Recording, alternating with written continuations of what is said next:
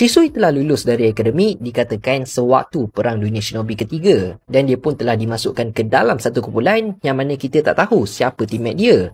Tapi selepas tahun Perang Dunia Shinobi ketiga tamat, Uchiha Shisui telah berjaya membangkitkan Mangekyo Sharingan selepas teammate dia telah terkorban dalam satu misi.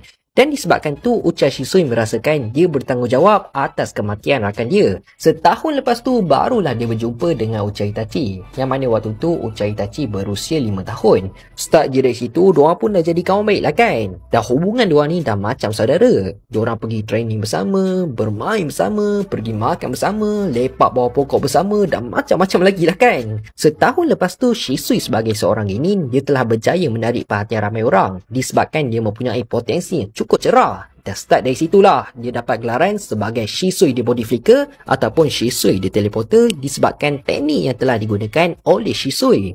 Dalam anime, ada satu masa tu, Shisui dengan tim dia telah terlibat dalam satu misi untuk mengejar shinobi-shinobi dari Kirigakure yang diketuai oleh Ao. Punyalah hebat si Shisui ni, sampaikan tim Ao telah berundur tanpa diorang bertarung selepas Shisui telah memerangkap salah seorang dari tim Ao dalam genjutsu dia. Jadi lepas dari itu, Ao pun nak check lah macam mana member dia ni boleh kena genjutsu dari jarak jauh kan. So Ao pun nak tengok lah menggunakan kemampuan Byakugan dia dengan siapa diorang tengah berhadapan sekarang ni kan. Dan lepas je Ao check, rupanya diorang sedang berhadapan dengan Uchiha Shisui. Selepas Ao dapat tengok cakra yang berwarna hijau dekat mata Sharingan Shisui. Jadi Ao pun tak tunggu apalah, dia terus je suruh pasukan dia untuk berundur. Disebabkan diorang memang tak mampu untuk handle kalau berhadapan dengan Uchiha Shisui.